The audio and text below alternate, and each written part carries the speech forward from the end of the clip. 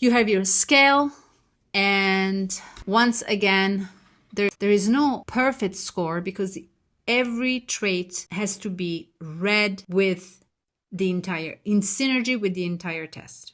So the scale is useful, and you should use it, I'll say it and say it again, to look at the singular trait. However, when you learn to read all the traits together, you will see that these numbers tend to be relative and secondary. Now, because high determination and low determination are out of balance, we need to harmonize them.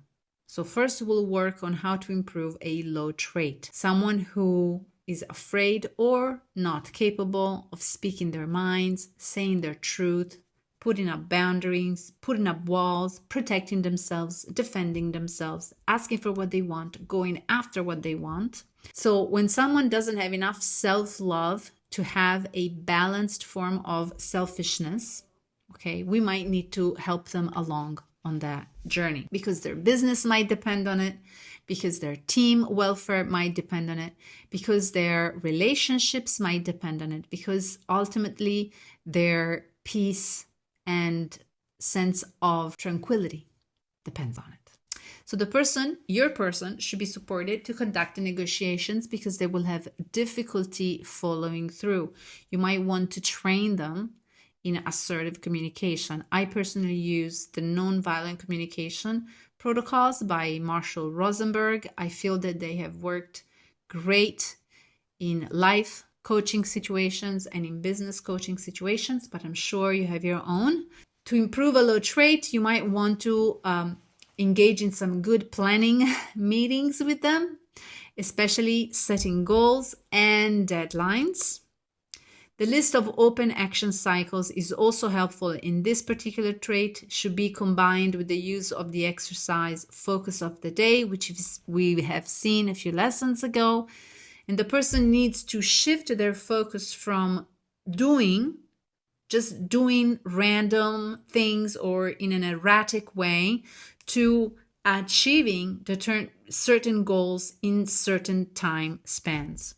It might also help if you make a list of things that they're not addressing and you help them create a plan to resolve them. So if they are in toxic relationships, they need to set boundaries, working on assertive communications, working on asking what they want and expecting compliance is a really helpful exercise. You also must train them to be more assertive in their communication in order to come across with greater conviction. And, you can use the nonviolent communication, but you also should work on posture.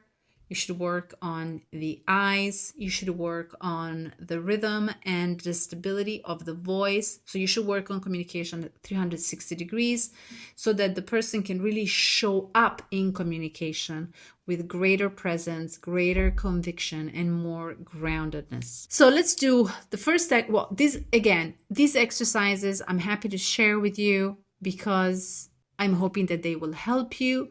But you are free to ignore them if you already have yours that work great to harmonize this trait. So people with high trait express their ideas as statements with a lot of self-assurance, while those with low trait express them as possible hypotheses with little conviction and deferring to the person in front of them for confirmation or not. So people with high determination may tend to impose rather than engage.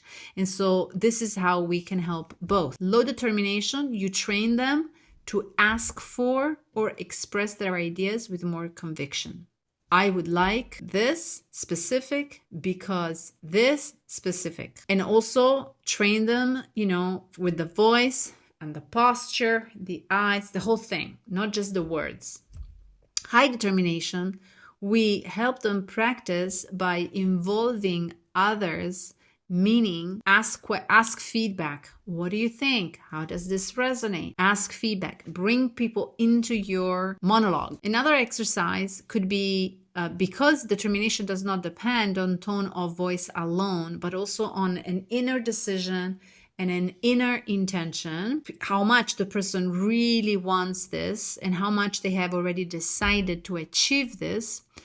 It also depends on the person's willingness to be a little bold and willing to make a fool of themselves. So determination is also a kind of coming out and telling the world, I exist, this is what I want, this is what you should bring to me, I'm ready to receive. So with the low determination people, an exercise that I have done with them is to go around and engage in embarrassing questions or embarrassing conversations. Like, for example, a lot of people that have low determination will be super embarrassed in asking for a discount or negotiating payment terms with anybody. So an exercise that you can get them to do is to ask at the grocery store or in a store when they are purchasing something with another human being, to ask if it's possible to have a discount. And you see that for them it will be very difficult. You can also make up other questions that may cause an unease inside them. You know that they are the right questions if they cause a little bit of unease. If you have a high determination person in front of you, you need to help them practice to pay attention to others' needs and preferences, increasing empathy and understanding. And you do that by teaching them to ask questions. How do you feel? What do you think about this? I'm interested in learning your opinion. Why are you telling me this? Interest, active listening, interest, curiosity, and sensibility towards others.